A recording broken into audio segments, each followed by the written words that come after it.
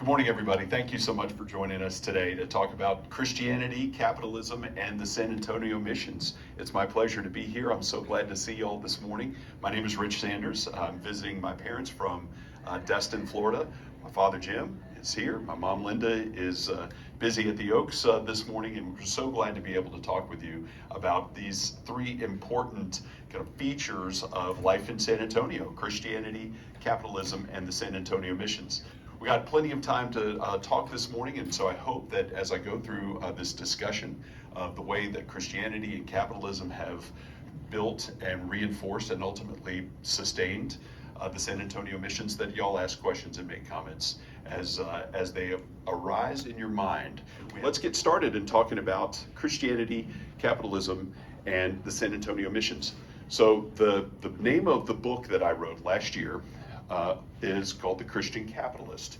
And one of the theories of the Christian capitalist is that when we work, we're glorifying God.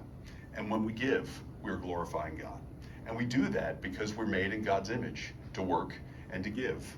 And so the concept here is that a Christian capitalist is somebody who works hard and gives generously to the poor and needy in the name of Jesus Christ, because that's what Jesus told us to do. He said, go forth and love your neighbor as I have loved you.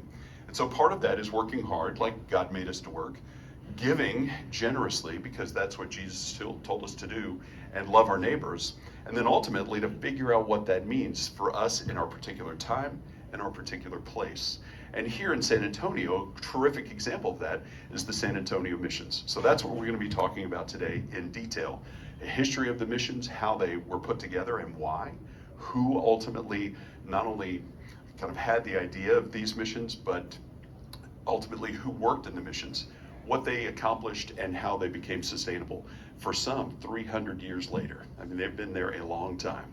At least in American terms, they're some of our oldest institutions. And so with that in mind, then, we'll get started with laying the foundation for what it means to be a Christian capitalist. The notion of this entire project and how Christianity and capitalism fit together comes to us from the Holy Scripture. We developed many of the themes of the book from the Bible, and the theme of the book is here behind me on this first slide. This is from Paul's letter to Timothy. Paul obviously was one of the founding saints in the church who did so much to spread Christianity in the early years after Jesus rose from the grave and ascended into heaven. He traveled all over the Mediterranean, spreading good news and planting churches. Timothy was one of his chief lieutenants. And as he's imprisoned in Rome and writing letters all around the Mediterranean region to encourage these folks that had started churches, one of them he wrote was to Timothy, to say, okay, Timothy was already starting to have trouble in administering the church in those early years. Here's how you ought to instruct the people in your church. Here's how you ought to teach them to be good Christians. And so he says, as for those who are present in the present age are rich. I just love that first line. For those who in the present age are rich. Because I think in the present age is not just at Paul's time, but it's here in 2025 as well. For those in the present age who are rich, command them not to be haughty, tell them not to brag, or to set their hopes on the uncertainty of riches, but rather on God, who richly provides us with everything for our enjoyment. One of our main principles is that everything we have is a blessing from God, and that we use it not only to work hard, but to give generously to those who are in need around us. They are to do good, to be rich in good works, generous and ready to share. Thus, they store up for themselves the treasure of a good foundation for the future, so that they may take hold of the life that really is life. That's okay, Dan, that's God saying amen. Paul and Timothy got it right. So they may take hold of the life that really is life. And I think one of the reasons that this lesson from 1 Timothy registers so much in San Antonio in 2025 is that last part, that when we store up a foundation, the treasure for our foundation of life in heaven, we're taking hold of the life that really is life. Yesterday, my dad and I traveled to 3 of the 5 currently operational missions and met a man named Mateo who works in the gift shop in the Espada mission. referred to as Mission Espada. Mateo had a great story to tell about how active this congregation is on the very southernmost part of the Mission Trail, and how so many people show up on Sunday mornings for church at the Mission Espada, even though next Tuesday, March 5th, March 5th, it's celebrating its 296th anniversary. Couldn't believe it. But Mateo said, here, come outside, fellas. So it's a tiny little gift shop, no bigger than the stage behind me. Here, come outside, fellas, let me show you something. So he walks out onto this little platform, a little patio right outside the gift shop, which is full of little, toy trinkets and souvenirs. It says, now check this out. On Sunday, the priest sets up here and puts an altar on this patio. And I'm looking up and saying, Mateo, we're outside. Is that really how it works? He's like, yeah. We just set up outside and tell people, bring your chairs and bring your umbrellas, because people sit on the stone walls that are there and built by the inhabitants of South Texas 300 years ago that are now still standing and still having people who are related to them come worship. He says all up and down this road here are people who can trace their roots back to the community that set up this mission in the first place. Isn't that wonderful? I said, well, Mateo, this sounds great, especially because I'm a pastor back in Destin, where it tends to rain a good bit, especially during the summertime, that people will show up on a rain or shine basis. I was just so delighted to hear that, but then I about fell over, and I'm sure my dad was likewise surprised. I said, Mateo, how many people you get here on a Sunday morning at 10 o'clock, rain or shine, at a 300-year-old church where they're sitting on a stone wall? He said, I don't know, 400 or 450. Isn't that something? So when you talk about storing up for the foundation for the future so that they can take hold of the life that really is life, that's what we're talking about. It's not about being comfortable. It's not about worshiping God in a big fancy church with stained glass and a pipe organ, although that's certainly lovely. You can do just as much to enjoy the life that really is life by working hard, giving generously, and sitting on a stone wall that's 300-year-old outside in San Antonio. Isn't that wonderful? Just such a terrific way to bring into the current so much of what is in the past. But the past is where we're going to get our discussion started this morning, everybody. Oh, we have a question. What I was going to say was, you were in Italy 44 years ago. You mentioned Timothy, you mentioned Paul. Did you get a chance to see the prison where St. Paul was in Rome? No, I did not, but I was in Italy 44 years ago, and am hopefully going back, Lord willing, this summer. I'm going to see that exact same thing. You go to that prison because they also put a number of the Roman emperors in there as well. And when you go down the steps, which are quite steep, right ahead of you on the wall that faces the stairs, it's the name of all the emperors who were imprisoned there and how they were executed, whether they were beheaded, whether they were drowned, Isn't that something? flayed, whatever. When you go back, make sure you see that. I need to. Right by the side of the Tiber River. And although it's an honorable list to be with all the emperors, talk about a list you don't want to be on. But I suppose that gives us an indication even early on of how important Paul was in the early church. They knew that he was going to be at that level really for the rest of time. Thank you, Dan. And I want to make one other comment. In the Catholic offertory presentation, which they have in every Mass, it's,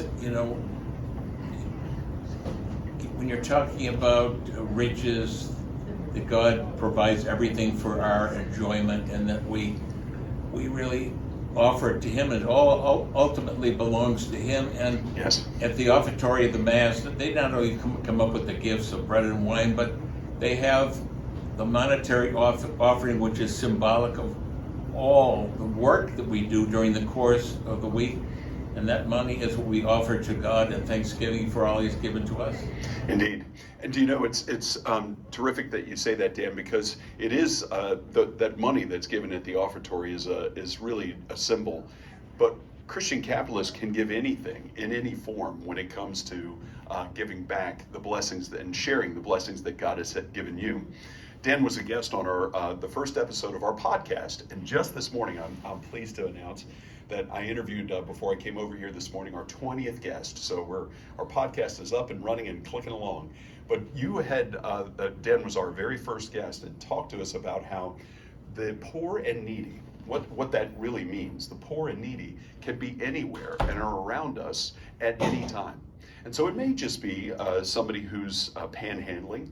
who's asking for money when you're stopped at an intersection. But so many more times, it's someone who's truly in need of all of the things that make us complete people, that make us the image of God. And so one of the things that we talked about in Dan's podcast that just still registers with me is that poor and needy can also mean people who are lonely. Right? When you're talking to somebody who is alone and kind of chronically by themselves, spending time with them is just as much a way to be a Christian capitalist as donating to the $10 million fund to build the nursing home at the ARC. I told Steve I'd get a plug-in for the for the capital campaign. But isn't that right, Dan? You just spend time with people who are lonely, and that's an act of giving too. What I was going to say was, I had an opportunity to meet a recipient of the Nobel Peace Prize. St. Mother Teresa of Calcutta spoke with her on 5 occasions. And poverty, she says, the most terrible form of poverty that exists in the world is seen principally in the Western Hemisphere on the part of people who feel unwanted, unloved, uncared for, marginalized, pushed to the side, forgotten, with no one to call their own. Yeah. And we have that right here in the city of San Antonio. Exactly. Well, and what I would encourage you, members of and residents of the ARC, to think about is, how do you experience the poor and needy right here within the 4 walls of the tower and the campus here at the ARC? Just because you have the material fortune to be able to join this residence community, which is by all accounts one of the best in Texas, and I would argue the nation, doesn't mean you're not surrounded by poor and needy people when you think of it in those terms. Who's lonely, who's in need of some company, who's in need of joy. When I was driving in this morning, I saw an ambulance parked in the back, and I didn't know whether that was male or female, but obviously it's someone who's elderly, and if they have a spouse, imagine how lonely that spouse will feel today, and in need of all the love we can give them. That's exactly right. Deja, I'm already starting to build a list of things to do after our presentation today. I'm going to ask you about whether there's a hospital visitation program here from the ARC so that we can go visit the residents who are in hospital or their loved ones. There may already be something in place, but Dan's just given me a great idea. If there's not, we ought to try and organize something along those lines. It's a great point. Let's talk about Jesus a little bit. Want to? He's on the first slide. There are 3 important historical figures in the development of the San Antonio missions. The first is Jesus, because of course, obviously, Christianity, capitalism, and the San Antonio missions start off with Jesus Christ. The second is St. Christopher, who is an important figure we'll get into just in a second. When the empire of Spain started to grow into the New World and ultimately develop its presence in what they called New Spain, and then St. Francis. Just to be clear, all of these people predated the San Antonio missions. The first one was built in 1711.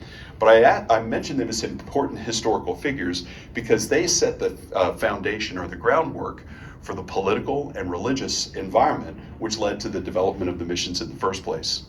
Jesus, we all know, we could spend the rest of our time talking about him and his work, his life here on earth, and of course now his presence sitting at the right hand of God, even here today. But the most important kind of focal point of his involvement in the San Antonio missions is what's called the Great Commission. At the end of the Gospel of Matthew, right before he ascends into heaven, Jesus says something very simple to Peter, Andrew, James, and John, and the apostles who are around him. He says, I want you to do one thing. Go forth and make disciples of all nations. That's called the Great Commission, and for many Christians is always capitalized when it's referred to because it's such an important moment in the history of the church.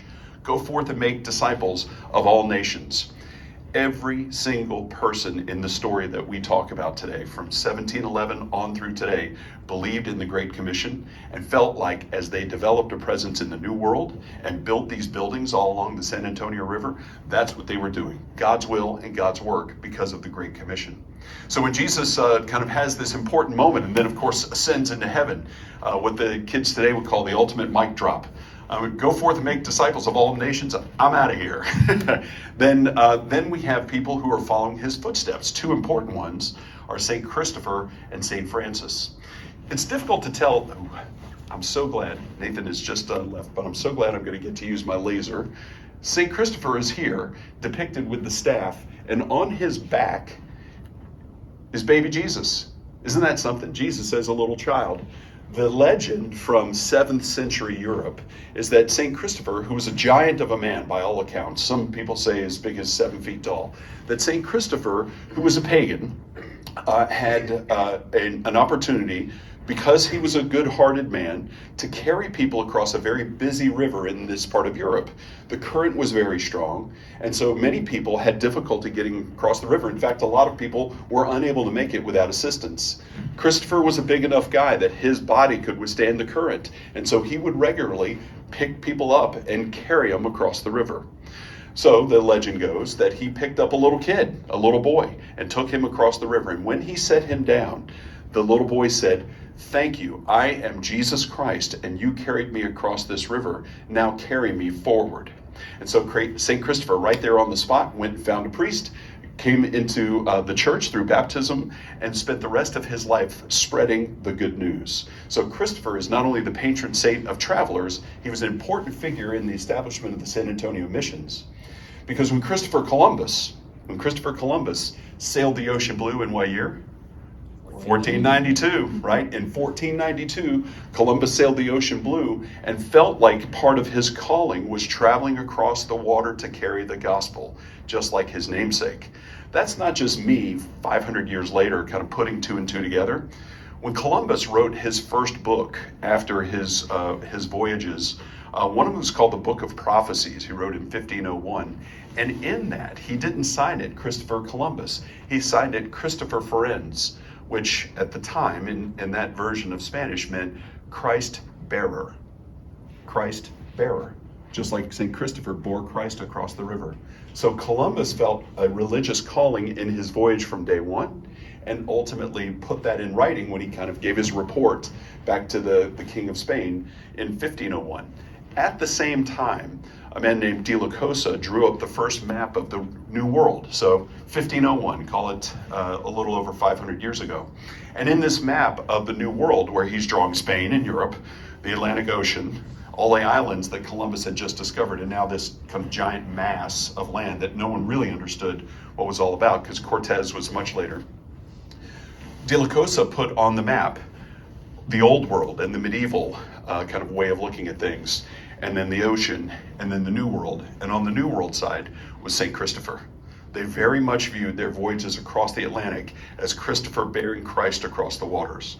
And so the connection with the Great Commission is right there in writing from 1501. They felt like all of these voyages, all of this work was to carry out the Great Commission, and St. Christopher was in many ways a role model. Now, Christopher was in the 7th century. St. Francis was much later. He didn't come along until the 1200s, but he's an important figure in this too. St. Francis, by the time the 1200s rolled along, the church was in desperate need of reform, and ultimately didn't get reformed until much later, 300 years later, with the Protestant Reformation and Martin Luther. But St. Francis knew that there was too much wealth in the church. There were too many people who had made money off of the way the church had grown and developed. And so he started, from a very early age, he started preaching the gospel in a unique way. He pledged poverty and said, not only am I not going to make any money, I'm not going to own anything. I'm going to wander around Europe in a way that relies on the goodness of people who are going to host me, and I'm going to preach them the gospel. Well, not only was this something that he felt called to do, it was something that others felt called to do. And it wasn't long before St. Francis had a group of people who followed him, and soon enough they became so committed to this notion of preaching in poverty and relying on the generosity of the popes that they brought the gospel to, that they appealed to the Pope to become a religious order. So St. Francis is the founder of the Franciscan order, which was ultimately endorsed by the Pope just a few years later. And soon the Franciscans became a very popular order all over Europe. All right? This is in the early 1200s.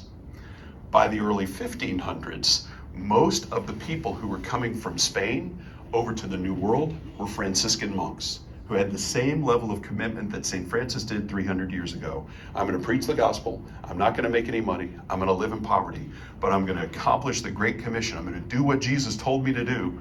I'm just going to do it in really what, in today's term, we would call an adventurous way. I'm going to get on a wooden ship and I'm going to sail 3,000 miles over to this completely wild land that I have no idea what I'm going to be expecting or understanding, but I'm going to do so in the name of preaching the gospel. And so these Franciscan monks started doing that in the 1500s with Cortez, and more immediately for San Antonio purposes, the monks who were there to set up the San Antonio missions were part of the Franciscan order. So they were following the kind of the guidelines of the Franciscan order, and they were hand selected by the King of Spain to come over here and accomplish this mission. One thing I found very interesting in doing the research for all this is that there were 5 different orders at the time of monks who had been endorsed and kind of accepted into the church by the Pope. Dominicans, Gregorians, etc. Why the Franciscans? Why were the Franciscans so important in this part of the story? Because really the King of Spain could have picked anybody. It turns out the King of Spain during this time when all the San Antonio missions were developed was Philip V, the first Bourbon king of Spain. I'll spare you the long story, but basically, as they did for several hundred years, England and France and Spain were constantly fighting, both in Europe and over here in the New World. At one point in the late 1600s, the King of Spain died and left no heir. And so the ruling powers in Europe figured out, we need to get a new King of Spain. Who's it going to be? And after a war and then ultimately an election, they found Philip of Spain, whose grandfather was Louis XIV, the Sun King.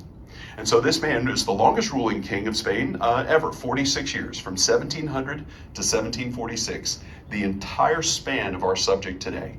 Every mission was built under the rule of King Philip V.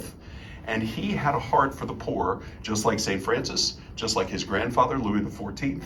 And when he sent the political and military figures over to the New World, he picked the Franciscans because the Franciscans, I think, meant the most to him in terms of spreading the gospel and not focusing on wealth so much as the message itself. Let me stop here and see if we have any questions before we go on to the next slide. Can I make a comment? Of course, Dan. When St. Francis' order was approved, when he went to the Pope, as you mentioned, they needed reform. They were big time into wealth and possessions. When St. Francis went in there, he went in there barefoot, and he went in with his simple garb, and the Pope said to him, "By your poverty, you put us to shame." Wow. That's what the Pope said when he actually approved that order. To Assisi when you were in Italy. I did not, but that's on the list too. So we need to go to Assisi as well and understand more about where St. Francis came from. My question to y'all is, have you been to a San Antonio Missions game? Because they're part of the San Diego Padres franchise. What's it called? The mascot of the Padres is dressed in the simple robe that Dan's talking about. When you go Google San Diego Padres, you'll see a Franciscan monk swinging a bat like this. He's wearing a brown robe, has the funny haircut, and a cincher, a rope around his waist, and that's it. That's exactly what they looked like 500 years ago and what they looked like 300 years ago here in Tejas. Isn't that something?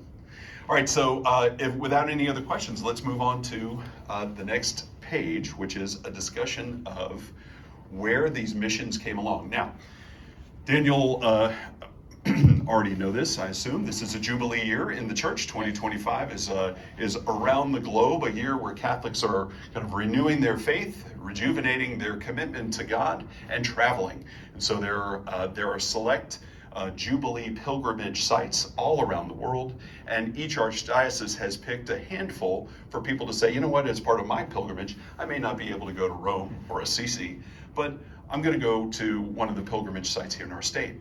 The San Antonio missions are pilgrimage sites for the Jubilee year this year. And this map was taken from one of the tour guides for the pilgrims here in San Antonio. Notice it's not the traditional kind of layout that you would see, because when you go to the national parks, like my father and I did yesterday, and get out one of their maps, it's lined up north to south. That's why we put a little compass over here on the far left-hand side of the slide for you, so you can get a sense of this is all really going north to south and vice versa. But ultimately, there were 6 missions that were established by the monks and their political colleagues from Spain, as well as military colleagues.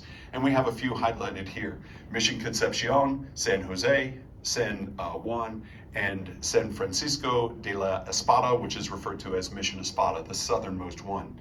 The Alamo is not featured, although the Alamo was certainly an important, and really in many ways the most important of these missions. But the Alamo is now part of the Texas Historical Society and National Park Service. It's really not a church in the way that I guess the Archdiocese thought would be appropriate for pilgrimage, and that's why instead of the Alamo at the far left-hand side of the slide, we have the San Fernando Cathedral, which is right downtown. So I encourage y'all to go visit these. They're easy to do. Dad and I hit San Jose, San Juan, and Espada yesterday, all before a giant Mexican feast at lunch. So it made for a very nice, easy morning as we drove around San Antonio. But from a strategic perspective, notice a couple of things. Number one, they're all within a few miles of each other. Number two, they're all along the river, which made sense not only for sustaining the people, but sustaining the crops that were grown to sustain the people. And number three, they're all within a nice little tight stretch here along the San Antonio River. Why was it so important for them to be along the river, close to each other, but not right next to each other? The answer is the reason why they're here in the first place. As I mentioned, it was a kind of a three-way battle back in Europe: France, Spain, and England, for control of Europe and who's going to have power over the others in the European continent. Well, that fight spread completely in almost the exact same form over to the New World. And so as British expansion in North America kept occurring here in 1711, just think about that. So Jamestown was set up in 1642. So the American colonies had been around 70 years by the time the missions were built. And for those of us who spent a lot of time in the East, Virginia, Maryland, Massachusetts are all really well established by then. Where my family's originally from, Alabama and Mississippi, were still very much frontier at the time in 1711. But it wasn't long before English colonists kept spreading and spreading and spreading, right? But what they came and bumped into just a few years after the missions were built were French up in Canada and all the way down the Mississippi into Missouri, and south of that was French presence and French colonies all over North America. In fact, the British and the French getting together and kind of bumping heads on a regular basis led to the French and Indian War in the 1750s and 60s, and ultimately France and England had to, duke it out. And of course, that became an important factor in the American Revolution. I think it's fair to say that we Americans would have had a very difficult time winning the American Revolution without French assistance. Part of that was because the French wanted to assist us. Part of that's because the French wanted to beat the British, which they had not been able to accomplish 20 years earlier. Meantime, Spain needed a buffer. Spain controlled Mexico all the way to Florida, certain parts of the southern United States, but specifically not Louisiana, and then on up into this part of the country in the Southwest, going all the way to California. And so as the King of Spain, Philip V, looked at the way that the British and the French were encroaching on his territory, he said, we need a buffer. We need to figure out how to kind of stop French into our part of the world. And so they did so, not just with the 5 missions we're talking about today, but a total of 60 missions were ultimately built all around Texas. The vast majority were in the southeast and over towards Louisiana as this kind of buffer, some over in El Paso and that part of the state early on. But that was in the late 1600s. By now, it's time for the King of Spain to figure out how to kind of put up a buffer against the French. It also helped put up a buffer against Native Americans, indigenous people, who were getting more and more aggressive in their incursions into this part of the world. When we toured yesterday, San Juan, San Jose, and Espada, I was surprised to learn that none of this discussion of France, England, and Spain was featured in the film that ultimately is kind of the premier way that people are introduced to the national park, the San Antonio missions. France, England, and Spain fighting were mentioned on a couple of displays in the museum, but were not part of the movie. The movie focused on 2 things in the geopolitical background. The first was the disease that came from Mexico as people were kind of growing north Native Americans in the San Antonio area were starting to fall victim to the diseases that were brought with them. And of course, this just completely shred society in Mexico 200 years beforehand with the Aztecs. But the second was the encroachment from the north, not of the French, but of the Apaches. The Apaches, this Plains Indian tribe that was very warlike, very volatile, kept sending raiding parties into Texas, and more frequently, because basically they could loot and take whatever they want. And so the Spanish realized not only do we need to establish a buffer against France, but we also need to figure out some way to protect our people against the Apaches, who are getting more and more comfortable coming here and taking what they want.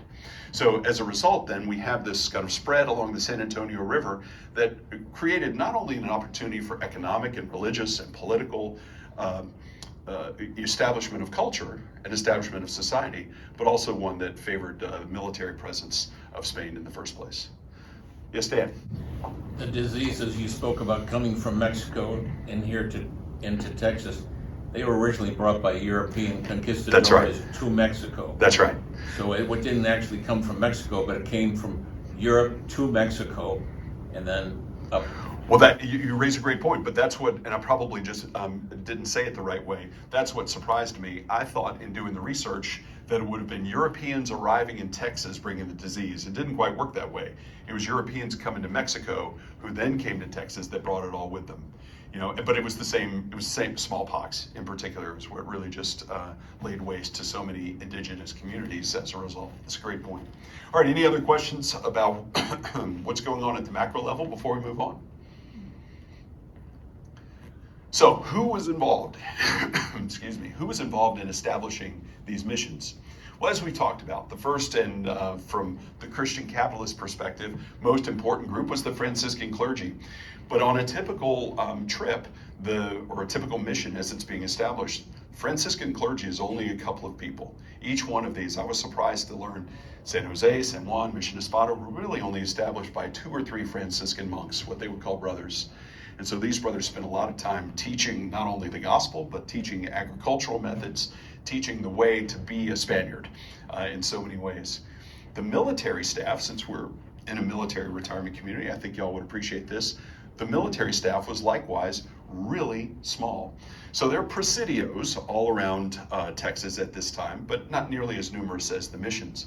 The presidios were where you would find typically a bigger group of the military presence, what we would today call a platoon, 25, 30 people. So even then, not much. But the military staff at a particular mission was 2 or 3 soldiers and their families. Isn't that something? So very thin kind of staffing from a military perspective. So the walls themselves of the missions really were the primary way that they defended themselves from the French and the Indians. And then, of course, ultimately, the people who lived in the missions were the indigenous people. They're not there anymore in most of these missions, but as we traveled around yesterday, we could see that artists' renditions of the stone wall that surrounded the compound, of course, featured the church. It had buildings for the monks to live in. It had places for them to do their work and for people to ultimately gather and be fed. But each one of the missions featured housing for indigenous people, so they could come into the to the mission and get not only the security and the safety, but the community that came with living with people who were on a common mission in the first place. But all told, excuse me, all told, these early missions were very, what's the right way to say it? Very low population. We're talking 30, 40 people. But after a generation or two, ultimately the growth of the population far exceeded expectations, to where then hundreds and then thousands surrounded the missions, and like we heard from our friend Mateo at Mission Espada, ultimately grew into these communities that still exist today. Every mission we went to said something to the effect of, this is still an active church, and the people in this neighborhood can draw their ancestry back to the folks that helped build the mission in the first place. Isn't that interesting? My father and I have spent a lot of time talking about our family's genealogy and our family's history. I don't think we go back to 1711. And so it's great to be able to see people who can, and how tightly they feel connected to that community. So what did they do? What did they do at these missions? Well, As you can see from this aerial photo of San Juan, the mission is laid out. I'm going to use my cool laser again. The mission is laid out with this stone wall around. And this, if you were just to kind of look at the distance across, we're talking several football fields. I mean, these are big places that ultimately contained first dozens, then later hundreds of people. There's always the church here, which had the bells that rang for various occasions throughout the day. It's interesting, I don't know how the National Park Service concluded it, but one of the displays we saw in the museum yesterday referred to the tyranny of the bells. I'm not sure that how tyrannical they were, but they were definitely used to create a kind of a rhythm throughout the day. The morning worship service, the lunchtime meeting, the evening, and closing of the gate. So the bells were very much an important part of life in the mission, and were always in the center, which was the church. But this is the biggest thing I'd like you to take away in terms of the structure of the missions overall.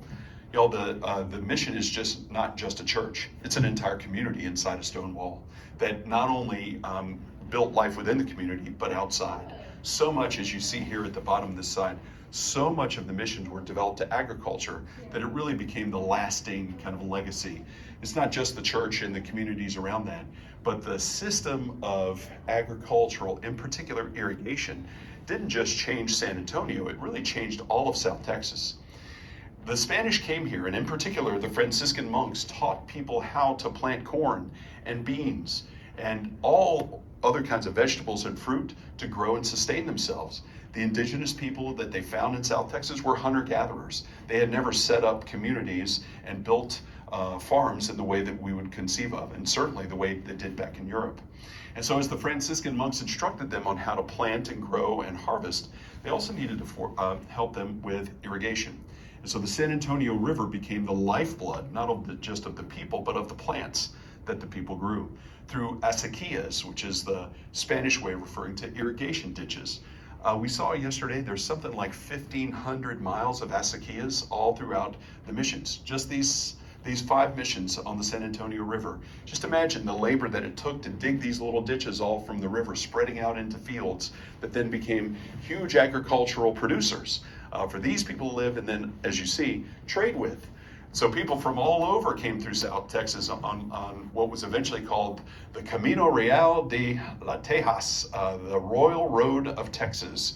And it stretched not just from Mexico, but all the way through here and over into Louisiana, and became a major trade route that was an important feature of the missions. We saw time and time again as we went around yesterday, as you read articles and books written about this, that an important role at the mission was the gatekeeper. Because people would show up out of the blue and say, I have things that I want to trade. I have things that I want to sell. But you had to, in order to sell within the mission, you had to be approved by the king and his viceroy down in Mexico. Without the permission to enter, you couldn't just come in and set up shop. So the gatekeeper here was an important kind of role to make sure that the things that were traded and sold within the mission were consistent with the quality of the things produced in the mission.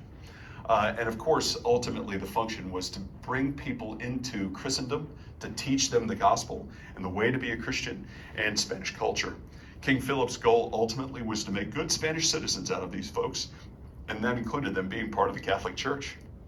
It is a very different mindset than the French, who set up, really in many ways, no significant presence in North America, save for the big Canadian cities like Montreal, right, and Quebec. Much different than the English, who heavily taxed the colonies and ultimately led to the revolution. Here, King Philip said, I want these people to become good Spanish citizens. In fact, he developed a phrase to refer to that.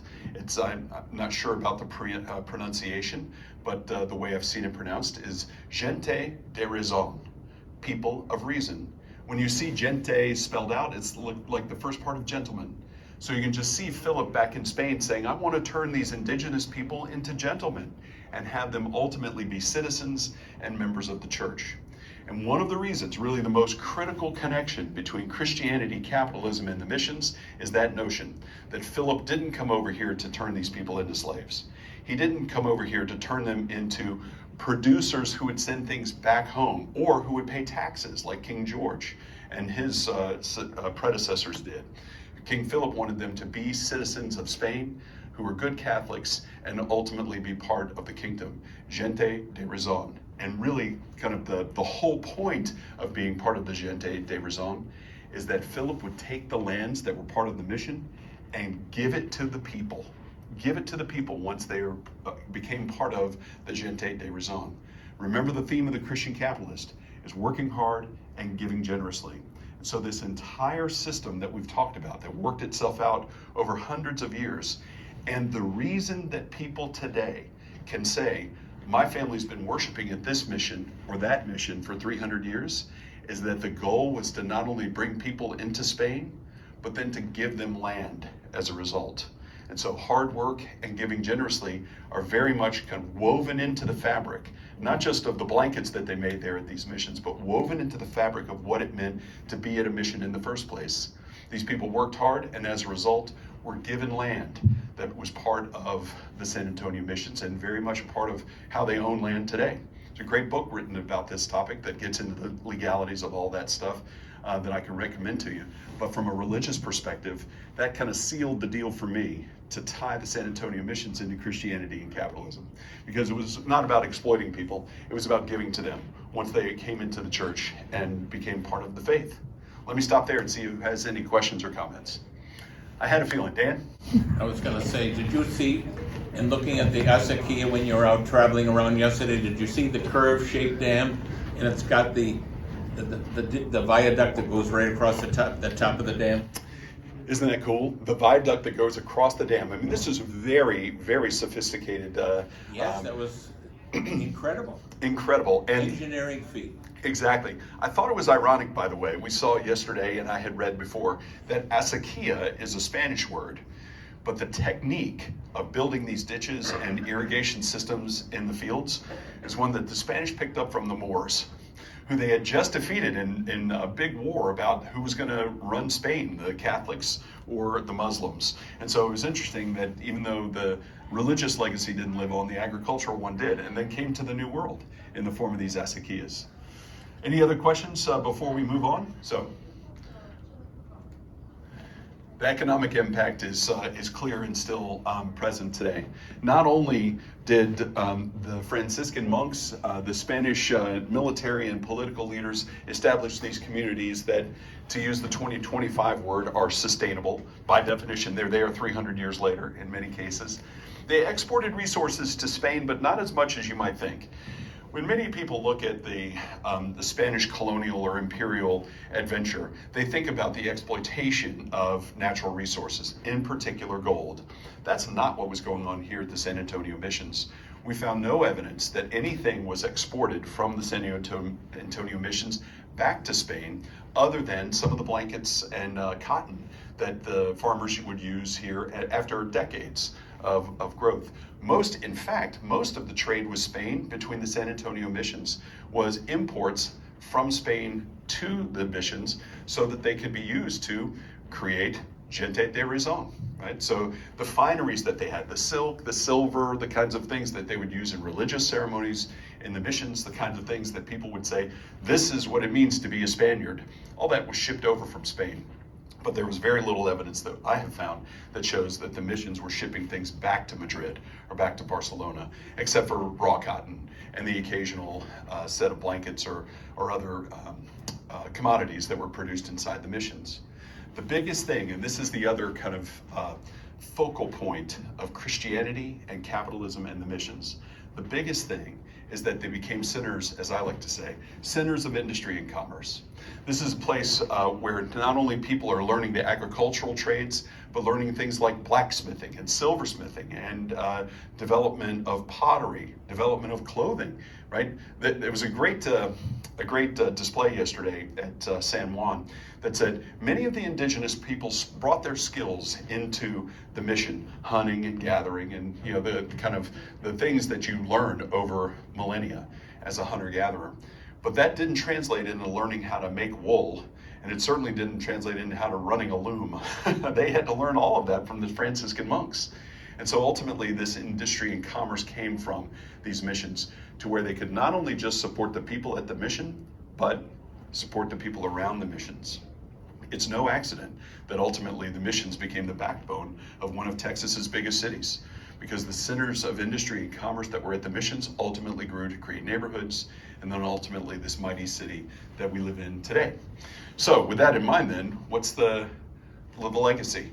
Well, we talked about at the outset this morning, the lasting Christian congregations. It just does my heart good to see, as we did a couple of months ago when we visited the Espada, that there's active church services going on, babies being baptized, the whole 9 yards at these old churches.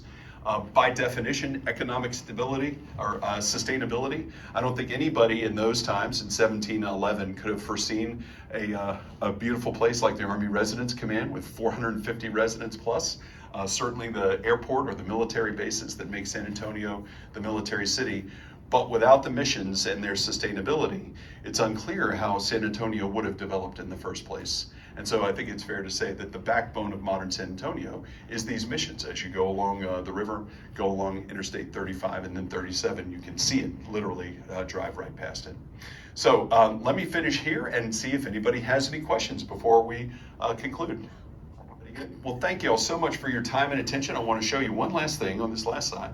There's a crazy looking image called a QR code, and if you have a phone, you can take it right there on the screen, take a picture of this, and from this you can get to the podcast series, which is on Apple, Spotify, and Audible.